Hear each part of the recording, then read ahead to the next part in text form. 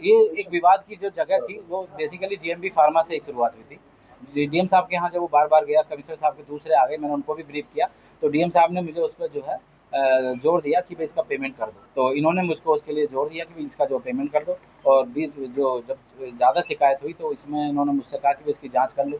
तो जब जांच करी तो ये सीबीआई चार्जशीटेड थी। और ये पहले भी इस फर्म को लेके जो इसके जो मालिक हैं, इसके प्रोपराइटर हैं राजेश शुक्ला, ये जेल जा चुके हैं। और इसकी जो बिड हुई थी उसमें 2 साल का आईटीआर था, जबकि 3 साल का आईटीआर होना चाहिए। इस वजह से मैं इसका पेमेंट कर नहीं सकता था। मुझे बार बार दबाव दिया गया कि पेमेंट करो पेमेंट करो, मैंने नहीं पेमेंट किया।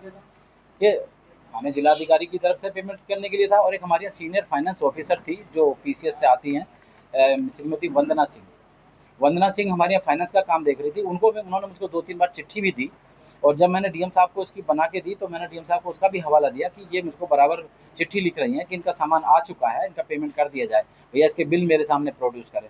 जबकि जिम्मेदारी तो सीएमओ की होती है। जाहिर सी बात है, मैं अगर वो उस समय जब बिल के लग चुके थे जैम पे, अगर मेरे पे शिकायत आई, अगर मैं उसे पेमेंट कर देता तो 30 लाख का सामान कभी भी नहीं आता।